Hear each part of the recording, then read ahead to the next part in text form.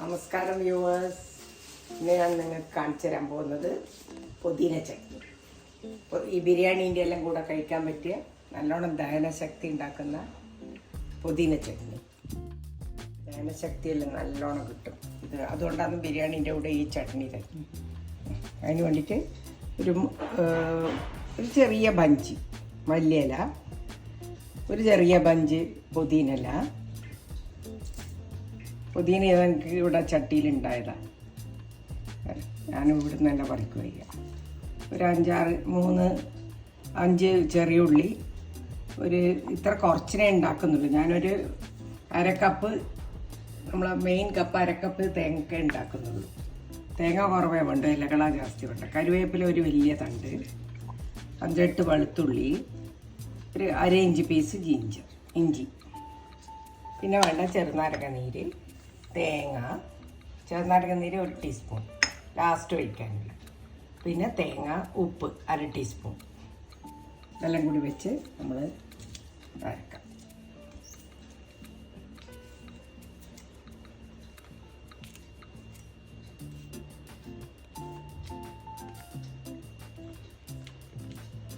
ഉള്ളി, വെള്ളുള്ളി,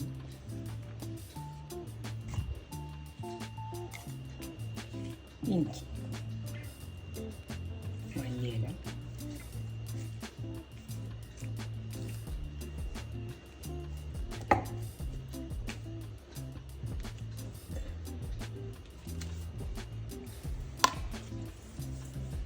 തേങ്ങ, ഉപ്പ്,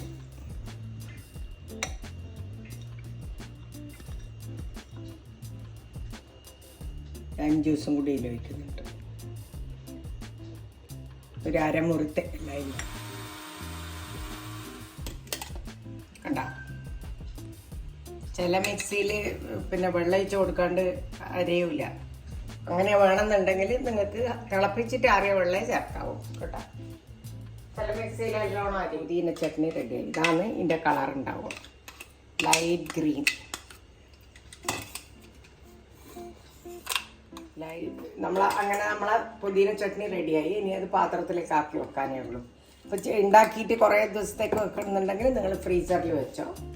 ഇത് ബ്രെഡിൻ്റെ മുകളിൽ തേച്ചിട്ട് കുട്ടികൾക്ക് സ്കൂളിൽ കൊടുത്തേക്കാനും പിന്നെ ചട്നി സാൻഡ്വിച്ചായിട്ട് അതിന് നല്ലതാണ്, ഹെൽത്തി ആയിട്ടുള്ളതാണ്. കുട്ടികൾക്ക് ഇതെല്ലാം കൊടുത്തേക്കുണ്ട്.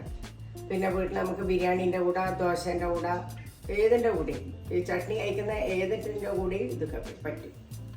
ഇത് ഇഷ്ടമായിട്ടുണ്ടെങ്കിൽ നിങ്ങൾ സബ്സ്ക്രൈബ് ചെയ്യണം, ഷെയർ ചെയ്യണം, കമൻസ് ഇടണേ. ചെയ്ത് നോക്കിയിട്ട് പറയാം.